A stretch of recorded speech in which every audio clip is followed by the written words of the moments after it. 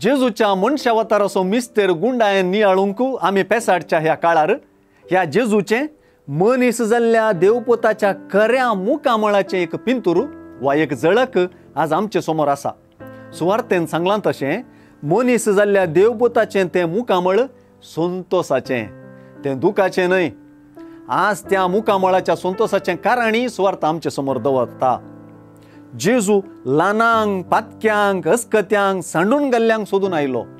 ती ताका मेळ्ळी, ताचे सुवार्तेक मेळ्ळी, ताचे मेळींत मेळ्ळी, ताची पाटलावदाराय जाली. जेजूचो जिणी बदला पासो संदेश आयकल्ल्या सर्वांनी नवें जिवीत जडलें आनी हे नवे जिणयेचो संतोष जेजूचेंच मुखामळ परजळावंक पावलें. आज जेजून सांगली वपार चुकोन गेल्ल्या बकऱ्याची वपार म्हणच्या की संतोष भरीत जेजू गवळ्याची वपार म्हळ्यार चड सारकें बसत. कित्याक जेजूची वपार एक संतोषाची बरी खबर.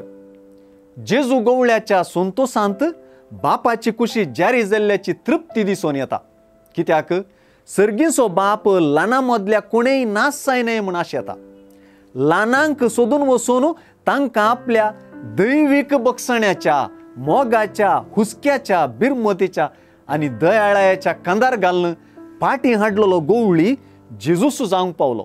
ह्या मुखांतर बापाचीच कुशी जारी जाली.